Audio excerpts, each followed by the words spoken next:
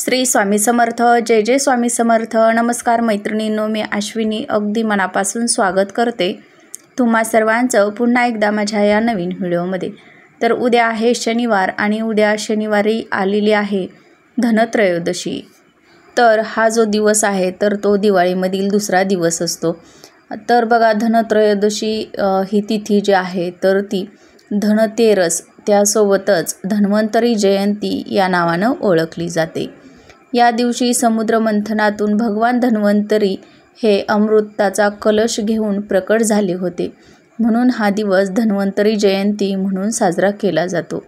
या दिवशी भगवान धन्वंतरी सोबतच माता लक्ष्मी आणि भगवान कुबेरदेव यांची सुद्धा पूजा केली जाते. माता लक्ष्मीला धनाची देवी मानली जाते आणि भगवान कुबेरांना धनाचे स्वामी मानले जातात, म्हणून यांची देखील या दिवशी आवर्जून पूजा केली जाते. तर जी धनत्रयोदशीची जी पूजा आहे तर ती संध्याकाळच्या वेळी केली जाते. या दिवशी धन्याला अतिशय महत्त्व असतं.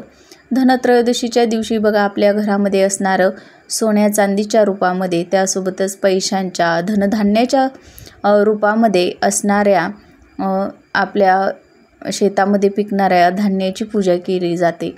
आपण हे धान्य वर्षभर आपल्या घरामध्ये साठवून ते खाण्यासाठी वापरत असतो आणि ती देखील एक प्रकारची आपल्या घरामधील धनसंपत्ती मानली जाते, म्हणून या धान्याची सुद्धा या दिवशी पूजा केली जाते.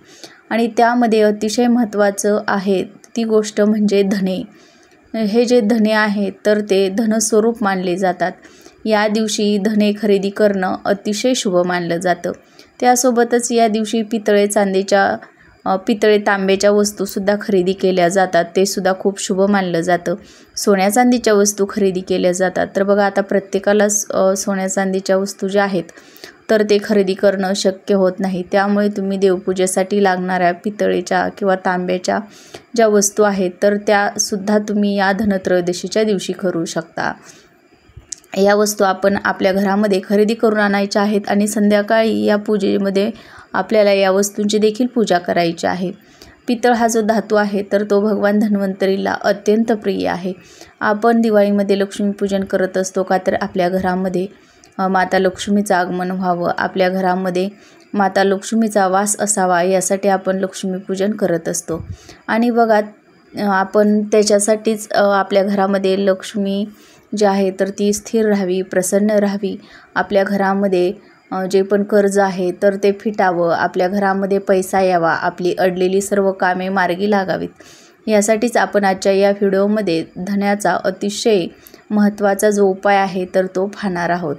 त्यासाठी आपल्याला घरात या ठिकाणी मूठभर धने ठेवायचे आहेत. यामुळं आपल्या घरामध्ये असणारं कर्ज फिटेल, घरात पैसा येईल, सर्व कामे मार्गी लागतील, 7 पिढ्या आपल्याला काहीच कमी पडणार नाही, असा हा अतिशय प्रभावी उपाय आज आपण या व्हिडिओमध्ये पाहत आहोत. त्यामुळे तुम्ही हा व्हिडिओ कुठेही स्किप न करता शेवटपर्यंत नक्की पहा. तर संध्याकाळच्या वेळी आपल्याला धनत्रयोदशीची जी पूजा आहे तर ती करून घ्यायची आहे, यमदीपदान करायचं आहे. तर आता या पूजेमध्ये बघा, आपल्याला आवर्जून जे घ्यायचे आहेत तर ते धने. तर हे धने तुम्ही उद्याच्या दिवशी नवीन खरेदी करून आणायचे आहेत. तुमच्या घरामध्ये असणारे जे धने आहेत तर ते आपल्याला अजिबात वापरायचे नाहीत.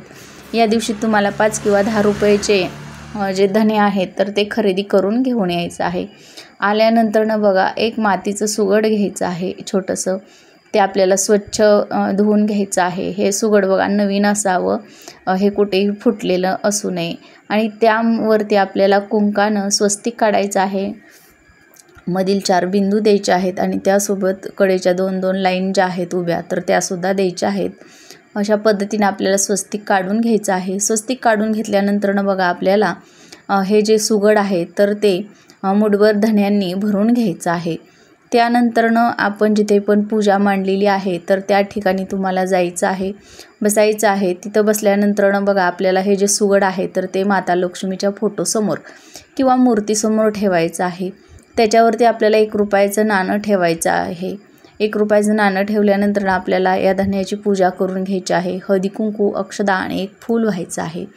आणि आपल्या घरातील जी धनत्रयोदशीची जी पूजा आहे तर ती आपण केलेलीच आहे. दिवा, धूप, अगरबत्ती हे तर आपण लावलेलंच असतं. त्यानंतरनं बघा आपल्या घरातील जी कमवती व्यक्ती आहे, जी बाहेर जाऊन पैसे कमवून आणते, नोकरी करते किंवा व्यवसाय करत असेल, आपल्या घरातील जो कर्ता पुरुष आहे किंवा जी आता बघा महिलासुद्धा ज्या आहेत तर त्या नोकरी करत असतात, तर अशा महिलांसाठी सुद्धा तुम्ही हा उपाय करू शकता किंवा आपल्या घरातील कर्त्या पुरुषासाठी सुद्धा तुम्ही हा उपाय केला तरीही चालेल, आपल्या मुलांसाठी केला तरीही चालेल. यानंतरनं बघा जो पण आपल्या घरातील कर्ता व्यक्ती आहे तर त्या व्यक्तीला पाटावर बसवायचं आहे. तुम्हाला औक्षणाचं ताट तयार करून घ्यायचं आहे आणि हे जे मुठभर धने ठेवलेले आहेत तर त्या धन्यापैकी तुम्हाला चिमूटभर धने जे आहेत तर ते तुमच्या उजव्या हातामध्ये घ्यायचे आहेत. आता बघा पहिल्यांदा सुरुवातीला आपल्याला कुंकाचा गंध करायचा आहे. कुंकाचा गंध करून त्या व्यक्तीच्या कपाळावरती लावायचा आहे.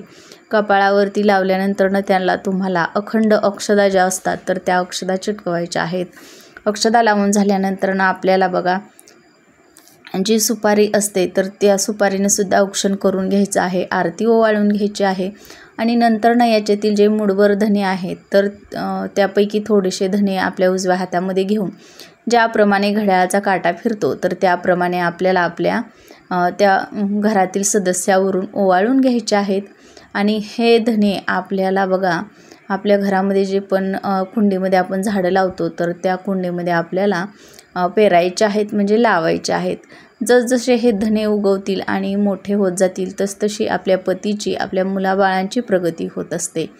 तर त्यासाठी तुम्हाला हा जो उपाय आहे तर तो करायचा आहे आपल्या पतीच्या प्रगतीसाठी किंवा घरातील कर्त्या पुरुषाची प्रगती व्हावी, कर्त्या स्त्रीची प्रगती व्हावी यासाठी हा जो उपाय आहे तर तो करायचा आहे. त्यानंतरनं बघा आपली कोणती पण इच्छा असेल ती बऱ्याच दिवसांपासून अडलेली आहे आणि ती पूर्ण होत नाही, तर त्यासाठी तुम्हाला काय करायचं आहे बघा, एक छोटासा लाल रंगाचा कागद घ्यायचा आहे. लाल रंगाचा घ्या कारण की माता लक्ष्मीला लाल रंगाच्या ज्या वस्तू आहेत तर त्या अतिशय प्रिय असतात. त्यामुळे तुम्ही लाल रंगाचा कागद घ्यायचा आहे आणि त्याच्यावरती तुम्हाला कोणत्याही कलरच्या पेननं तुमची जी पण इच्छा आहे तर ती बघा पूर्ण, माझी ही इच्छा आहे ती पूर्ण झालेली आहे, माझ्याकडे पैसे आलेले आहेत, माझ्या मुलाला नोकरी लागलेली आहे, अशा भविष्यवाणीमध्ये तुम्हाला ज्या तुमच्या इच्छा आहेत तर त्या लिहायच्या आहेत. आणि नंतरनं त्या धन्यामधील थोडेसे जे धने आहेत तर ते धने या कागदामध्ये तुम्हाला बांधून घ्यायचे आहेत, म्हणजे याची तुम्हाला छोटीशी पुडी तयार करायची आहे. आणि ही जी आहे तर आता बघा लक्ष्मी प्राप्तीसाठी जर तुम्ही हा उपाय करत असाल तर तुम्हाला ही जी पुडी आहे तर ती तुमच्या घराची जी पण उत्तर दिशा आहे तर त्या उत्तर दिशेला नेऊन ठेवायची आहे. कारण की उत्तर दिशा ही माता लक्ष्मीची दिशा मानली जाते. या दिशेकडूनच बघा आपल्या घरामध्ये लक्ष्मीचं आगमन होत असतं. आपल्या घरामध्ये या दिशेकडूनच पैसा, सर्व काही धनसंपत्ती येत असते असं मानलं जातं. त्यामुळं हे जे धने आहेत तर ते उत्तर दिशेला ठेवून द्यायचे आहेत. त्यानंतरनं बघा तुम्हाला हे रात्रभर तिथेच ठेवायचे आहेत. दुसऱ्या दिवशी तुम्हाला हे जे धने आहेत तर ते तुमच्या घराबाहेरील इतर कोणत्याही कुंडीमध्ये पुरून टाकायचे आहेत. तर अशा पद्धतीनं हा उपाय आपण करायचा आहे.